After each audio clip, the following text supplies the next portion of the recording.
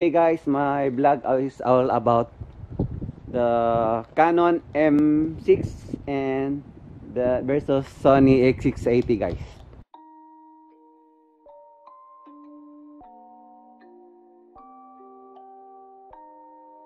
Testing right now my Canon M6.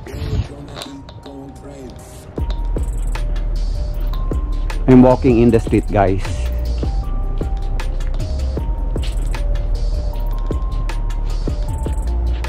It's cloudy today.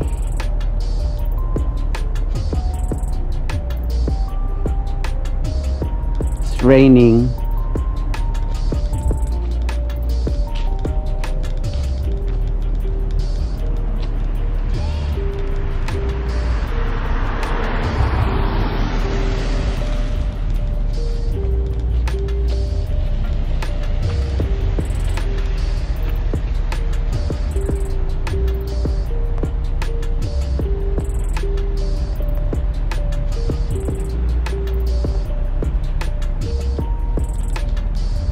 So that's the Canon M6 guys.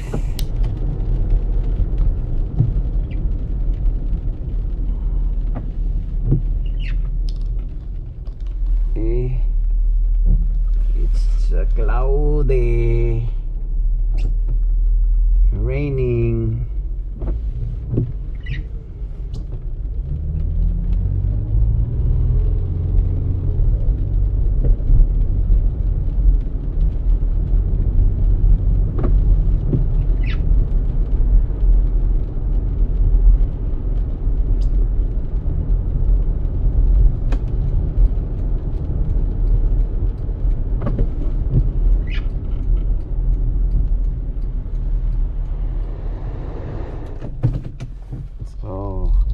Right now guys, I'm testing my Canon M6 on nighttime.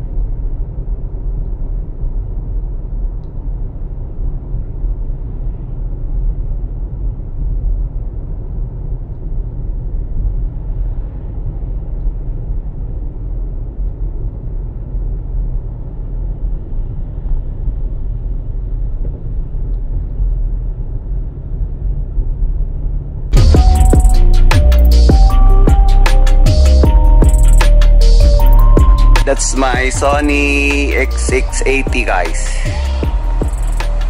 Same weather, cloudy weather today. It's set to auto.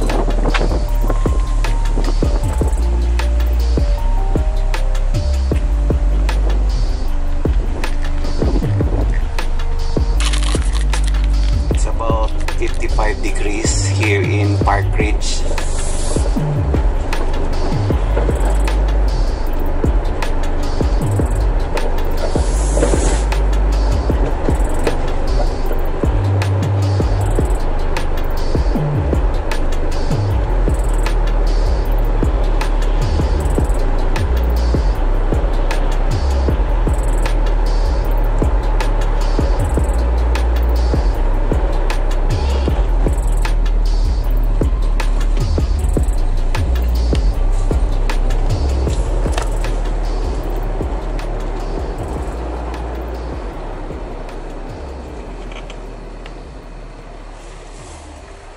So guys, we're in downtown Mount downtown Park Ridge. So that's my first test review vlog on the camera Sony A680 and the Canon G7X on a cloudy day. So we'll test it at night time, guys. So guys, I'm testing now my Sony A680 on night time.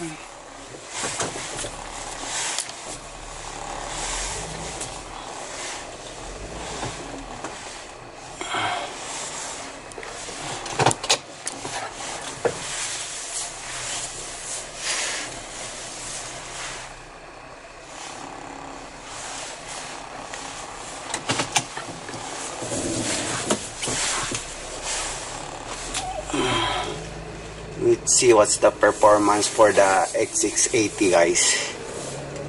This is my tech vlog review.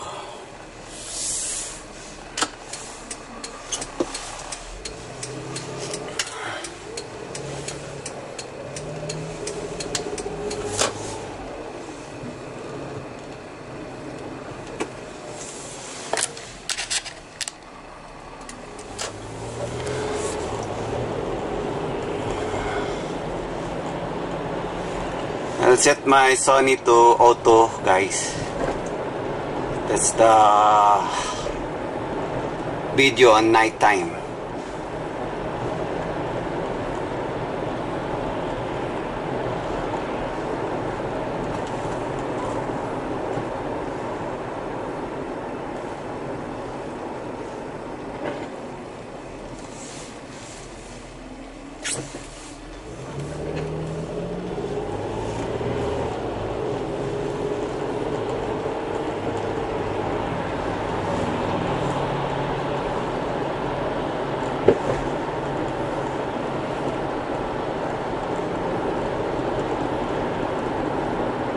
So I'm driving in Milwaukee Avenue, guys, going to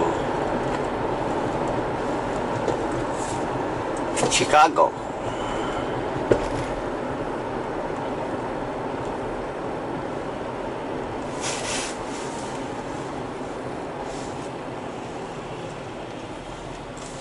We'll discuss the features for the Canon EOS M6. First, it has the 24 megapixel 1080p video recording at 60 frames per second. Wi-Fi Bluetooth ready.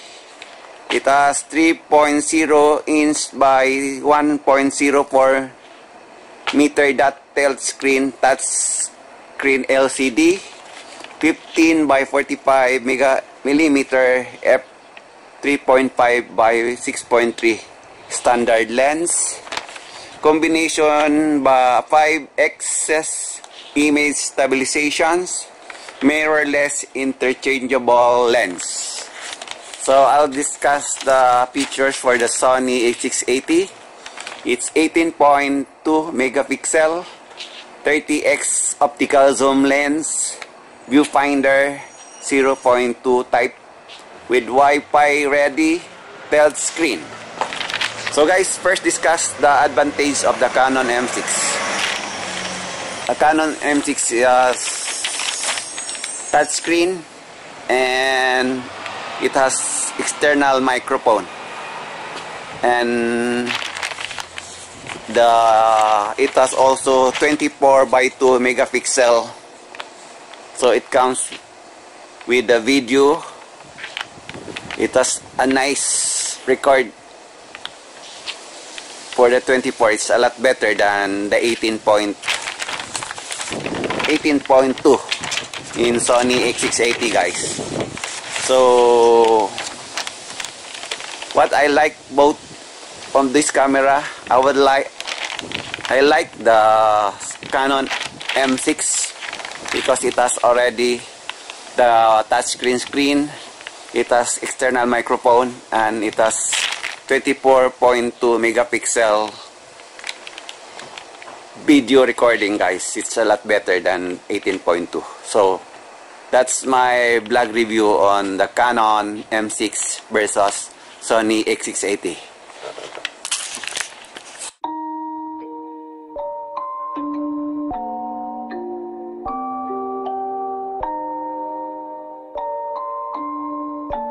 Rage on that beat, going crazy.